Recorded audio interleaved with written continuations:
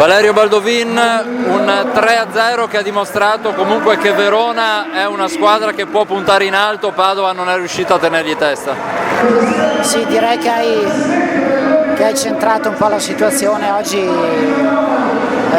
Verona ha giocato molto bene, soprattutto facendo pochissimi errori, questo ci ha dato grandissima pressione.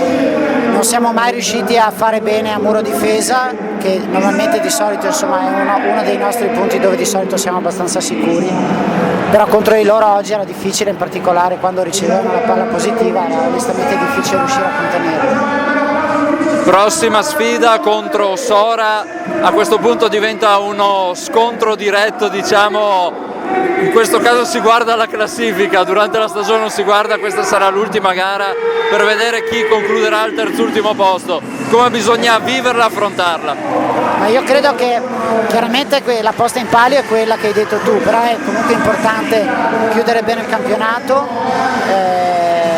davanti al nostro pubblico. Noi ci teniamo molto e vogliamo fare assolutamente una buona prestazione. Grazie, bocca al lupo. Grazie.